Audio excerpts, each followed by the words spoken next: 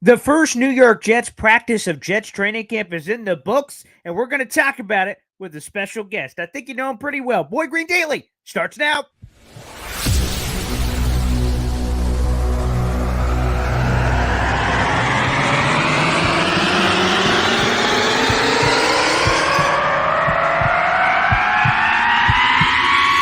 Zoinks! It is unequivocally the Super Bowl for New York Jet fans. Field Yates, baby. Field Gosh darn Yates. Let's bring him on the show. Come on, people. Connor Rodgers is joining the show. What's up, Connor?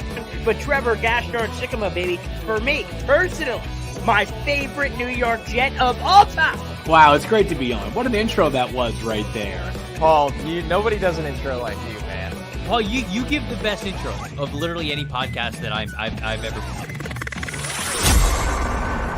I'm gonna lose my gosh darn bananas.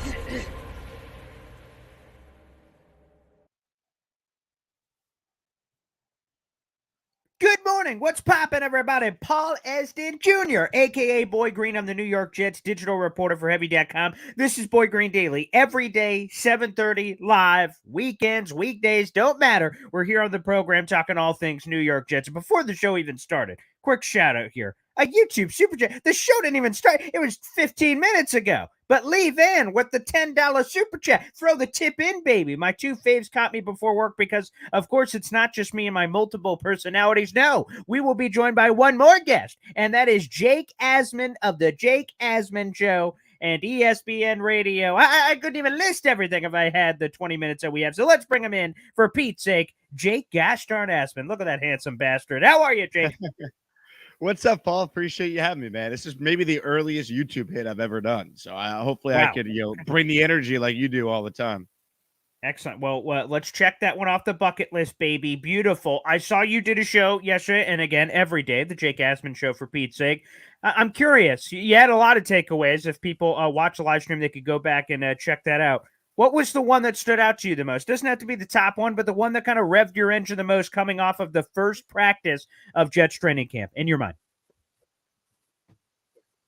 Ooh, I would say the fact that Makai Becca is practicing, that he's out there. As far as like on-field stuff, he's not on the PUP list. He's out there getting an opportunity to compete at left tackle. They're not just putting him at right tackle. He got some reps playing left tackle. So I thought that was fascinating. And, with Dwayne Brown away from, a personal reason, it gives Makai Becca an opportunity here. So, this left tackle competition, I question, just how legit it is, but he's going to get the opportunity, at least early on here, it seems like, to compete at that job.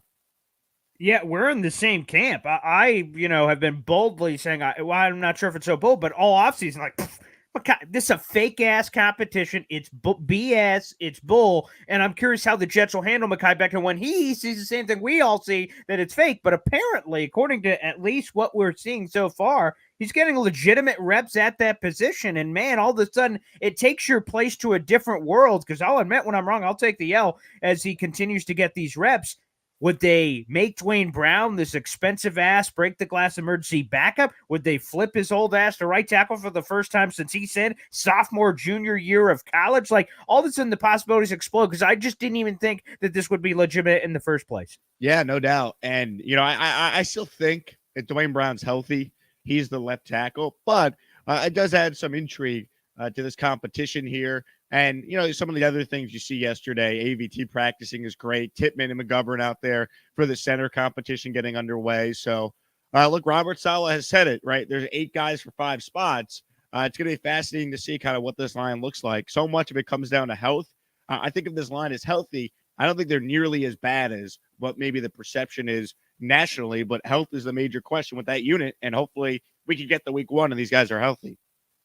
I think there's this surface level Aaron Rodgers thing that we're all hubbada. I just tweeted out the clip yesterday from Garrett Wilson. His final Q&A was like, wow, does the ball hit different? Like when Aaron Rodgers hits you in the hands with the ball. And he said, yeah, he's cold. But like in the middle of it, he said, it's surreal. Aaron Rodgers is throwing me the ball at practice. It hasn't sunk in yet. And the same thing for us. But I think if we go beyond the surface level, the thing that stood out for me yesterday, Jake, in all of this is the fact of the matter that there's this level of accountability. In a random Aaron Rodgers answer yesterday, he said, I don't want to waste reps. If we're going to be out here, we're going to, squeeze the, most juice out of this orange. And that feels like, it sounds unprofessional, but it feels like that's been lacking for the Jets for a guy on the field to be this quasi-coach player that's holding everybody accountable and making everybody better. Yeah, he holds guys accountable. Now, I think you nailed it there. And it was great hearing the answer about, how you want to try some things out in practice, but you also, to quote him, you also don't want to look like shit with all these different cameras that were around. Like, I thought that was awesome, man. Like, he's like, you got to practice how you play, but when he says it, it means more because he's Aaron Rodgers saying that, and they just have not had that type of leadership and accountability at that position. Like, there's been guys on the Jets who have tried to hold others accountable, but if you don't have your quarterback that's able to do it, I don't think it means as much, because the quarterback is ultimately, the most important position in all of sports. And the Jets have had young guys at that position throughout this playoff drought. Like, other than really the Fitz year and the McCown year, you're talking about a young Sam Darnold, a young Zach Wilson, Geno Smith, if you will, if you want to even go back to him. Like, they have not had the veteran that could come in, galvanize the rest of the team, hold guys accountable, and Rodgers does that. So his impact from that standpoint is already being felt. What do you make of the complete about face? Robert Saleh comes out, I love HK, Hard Knock, shout out. Bar's like, oh, this is freaking phenomenal. Just like One Jets Drive, no problem. Like, whoa, okay. New vision here on the Jets on Hard Knocks. What you make of all that? Yeah, I love how quickly Robert Saleh flipped. It was like, oh, we didn't want to do it, but now he's like, well, we're not going to give the national, media another narrative to talk about. We're just going to pretend like we love Hard Knocks now. We're embracing it. I thought the shirt was clever. Look, they don't want to do it, but I've been on this for months. It will have no impact whatsoever on the overall record for the New York Jets. The only thing Hard Knocks will do for us Jet fans is make us even more excited, if that's possible, for the upcoming season. So I thought it was cool that Saleh had that shirt on. I'm pretty sure he was saying, I love Hard Knocks. It wasn't I love Helen Keller, but I just want to confirm that with Saleh. But yeah. I can't wait. I'm very excited. Let me ask you an interesting note that he made, because obviously we've heard from a national guy where obviously Adam Schefter was fed everything directly from the Jets about the cutting thing and them not wanting to show it and things of that nature, and that went viral. But the thing I want to ask is, like, in the middle of his press conference, he said, we expressed our concerns to the HBO NFL Films overlords, and they addressed it, and we're moving on. So what do you think that means? Do you think, again, hey, we don't want to show the cuts. Okay, we won't. Okay, that's it. Or do they express that, hey, we don't want to do this, and HBO's like, hey, up yours. We're still going to do it. Like, what do you think that means ultimately? I get we're speculating here, but I'm just curious. Look, I truly believe NFL Films and HBO, they want to work with the Jets. Like, they're not out to try and make the Jets look silly. They're not out there to try and make the Jets look foolish or, hey, gotcha, we're going to expose you. Because one, the Jets have final say on what's shown, and two, HBO wants a good show. So, like, the cooperation they get from Saleh and the players and the other coaches, that's still important in all this. Yes, HBO has a right to film everything going on, but if they want to do the features where they follow Robert Saleh back home after a practice and see his 7 kids, if they want to get one-on-one interviews with the players on this team, they got to make sure that they don't do the Jets dirty, if you will. So I think what Robert Saleh is referring to is definitely the cuts aspect, but probably some of the meeting stuff. Like, Robert Saleh is like, hey, we don't want certain things filmed. Are you guys okay with that? Not including it in the show. And I think they're going to have a working relationship, because ultimately, HBO wants access, but they also want a good show. And if the Jets are willing to play ball with a lot of things, the quality of the show suffers. So I think the cuts was probably the biggest thing, because that was like the clear specific example Schefter mentioned. And it makes sense, because if you know Joe Douglas's history, go back to Hard Knocks in 2001, he was the Turk. He was the guy telling the players, hey, you're about to be cut. Your dream's about to be crushed. So it's actually a cool reason why the Jets don't want that shown. It makes them look pretty good in the eyes of players around the league. So I think that was probably the biggest thing. And I just don't buy that it's going to be like this big negative thing. And Saleh bring it up, oh, One Jets Tribe's been here. Like, we're used to it. That's a smart way to handle it, because then people are going to have to try and find a different angle. And I think we've already seen those people try and find a different take on why it's somehow this bad thing. Yeah, as I'm getting ready for this Hard Knocks, I said, why not? And it's a poor excuse just to, hey, I can watch the 2010 Hard Knocks as much as possible. So I was going back to it, and like the Roscoe Diner scene, they don't show them going inside the Roscoe Diner. They just kind of show up for the outside and then kind of skip ahead time. And all of a sudden we're back in Tannenbaum's car. I wonder if that's how they're going to do this cut thing. All right, it's cut day. Up, look, players went in. Whoop. All right, yeah, it sounds like a bunch of guys got cut because then it's just going to be weird. Like that's just a fun. What are you just going to skip the 5th episode? Like I feel like that's a fundamental piece of the show, and quite frankly, what's made it so special, giving us normal, average Joe fans an inside look at what happens in an NFL facility. Yeah, there's ways they could do it though, right? They could do the skip ahead. They could still film the guy leaving the facility after they're told that they were cut. Like if they don't want, Joe Douglas and Saleh sitting down with, I was going to say Denzel Mims, but I guess they traded him and they never even told him right. to go to the facility. They excused him. But like, if they don't want to show that aspect of it, like it's still going to be a compelling show. Like what makes Hard Knocks is you have the coaches and players mic'd up during practice. You have the players and coaches mic'd up during the games. And Zach Wilson will still be a fascinating storyline, to use him as an example, when he's trying to, regain his career and his confidence back in the preseason. Like there's still enough storylines here where if they don't show, some guy I've never heard of getting cut, I'm not going to lose sleep over it. So to me, it's very much overblown. And we've kind of seen the cut storyline played out. Like we all know how it works. And also the NFL changed the preseason cut rules. Like 90 players could be on the team till the end of the preseason. So do we really need to see, 40 guys get cut in the final episode who we knew were not going to make the team just because they changed the cut deadline to after the last preseason game? We really don't. So I think this year's Hard Knocks will probably focus on a lot more of the star players and less on the unknowns trying to make the team as we've seen in the past. Which, nothing wrong with that. There's plenty of storylines and stars on this Jets team. Guys, we're watching Boy Green Daily here. Jake Asman here on the program. Make sure you follow Jake Asman on all his social media portals, including YouTube, where obviously he does a daily show and everything else. We're streaming live right now on Facebook, YouTube, and Twitter. In each of those places, there's an article along with it, and we do some fun stuff in there every day, like poll of the day. So let me bring up the poll of the day to our good buddy here, Jake Asman. And the question was this: who is set up better, or who will have the better Jets encore? Again, this is a first world problem, and I admit that, but I'm cool with it. Sauce Gardner or Garrett Wilson, both winning their respective Rookie of the Year awards on their side of the ball. And sure, Garrett Wilson has Aaron Rodgers throwing him the ball, and he's dominating the vote so far. But I would argue that Sauce getting more picks, having the target of being one of these best corners in football, and he's this grabby guy, apparently, according to other NFL people, I really think he has a real good chance to have this amazing encore that may be even more special than Garrett. But what do you make of this poll, Jake? So you definitely could argue Sauce, because if he has the same year plus more interceptions, he's taking his game to another level. But I think the easier answer is Garrett Wilson, because he has Aaron Rodgers throwing him the ball. Garrett might not be, quote unquote, that much better as far as like a player, because he's already unbelievable, but his stats are going to be that much better if he plays 17 games, because Rodgers is throwing him the rock, and it's not, 9 games of Zach Wilson, some games of Mike White, Joe Flacco, and a half of Chris Streveler. So it's going to be a different world for Garrett Wilson. So I would lean with Wilson, because his stats are going to be eye-popping as long as he's healthy and Rodgers is healthy. But I'll tell you what, if Sauce repeats the exact same year he had from last year, you sign for that now. He was first team All-Pro as a rookie. So there's only so much better Sauce Gardner could probably get to, whereas Garrett Wilson, statistically, he could pop off even more because of who's throwing him the ball.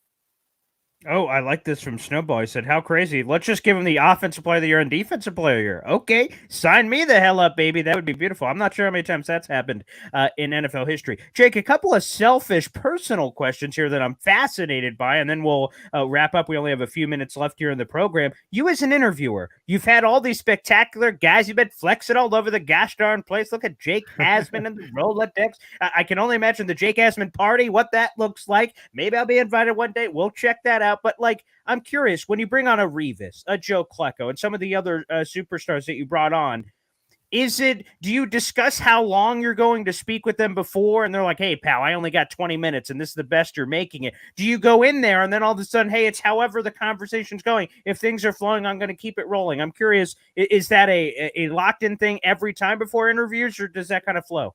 Well, first off, Paul, if you could make it to Vegas, I got you at the Circa Open Bar. You're coming. You'll be my guest, so I'll take care of you if you can make it out there.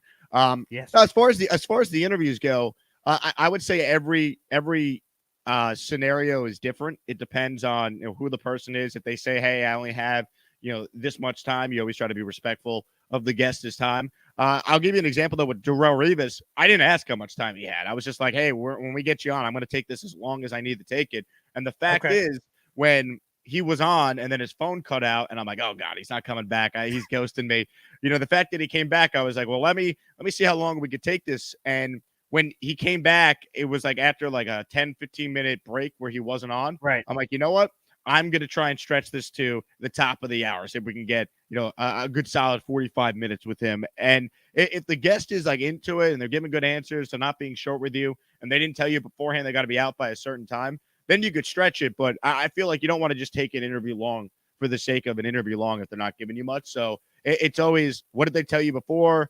How's the interview going? Are there good questions coming in? Like, am I still getting, super chats from the audience because they're into it? And how's the guest reacting to that? So I would say it's always different. And I always try to ask, hey, do you need to be out by a certain time? Or if they tell me that, you obviously honor that and you adjust on the fly. But it really depends on who the guest is and what they tell you beforehand.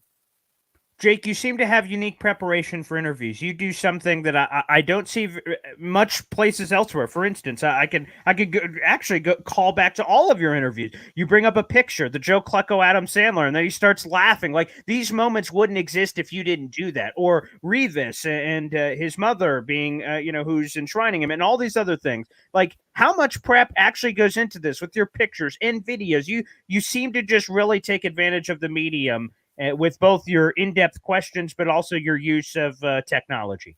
Well, thank you for that. It's cool because I'm a radio guy. Like that's my my background, right? Like I'm still trying to figure out this YouTube thing as far as like mixing in videos and graphics and all that on StreamYard. Like, my background is radio, and one of the things on radio though that you can't do that you could do here on YouTube is show pictures when you're referencing a specific thing, or play a video clip, roll that in, and then have that person react to it. So, the prep is the same as if I'm doing a radio interview, but then, I always try and think visually, well, if someone's watching this, what can I do to enhance the interview? So using my radio background and then the ability you have here on YouTube to show clips and pictures and whatnot, I try and blend the two. So, the prep is like, who am I having on? What can they say that would be interesting to a Jet fan or just to any fan, depending on who the athlete is? And then, there's a visual component to it. What would that be?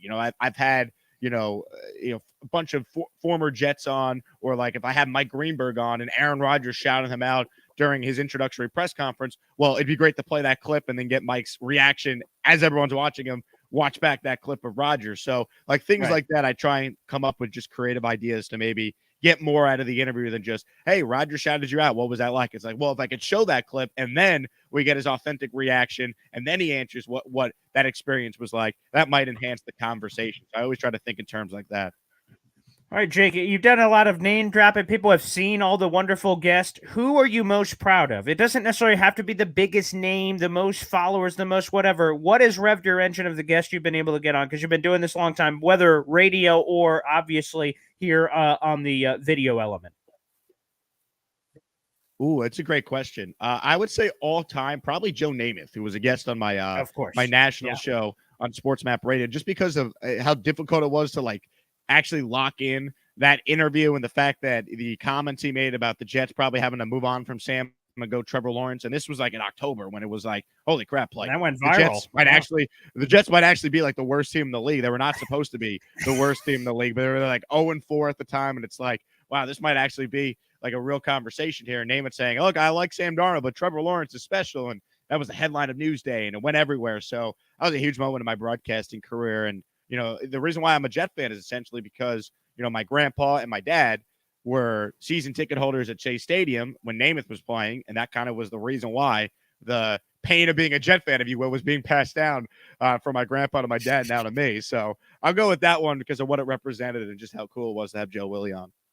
All right, so you've had so many on, but I have to ask you this: dream guest, who do you want on? Because for me personally, I have a few on my bucket list that I want to get on. I just think it would be awesome, like off the top of the head. And I'm looking at his book on my shelf over there, Play Like You Mean It. Rex Ryan with the Hard Knocks, the Jets. Yeah, like he just seems like, and he never does interviews. He does his contractual ESPN radio interviews. He does on a few shows, but like I'm going to be honest, I've been pursuing Moby Dick here for a while, but he just like he not just refusing me, but he just like kind of does not like doing other interviews. So he's a big one on my list, and there's a couple other ones of either with Jets fame or just national in general. Who else is on? Who's on your dream list? I'm curious.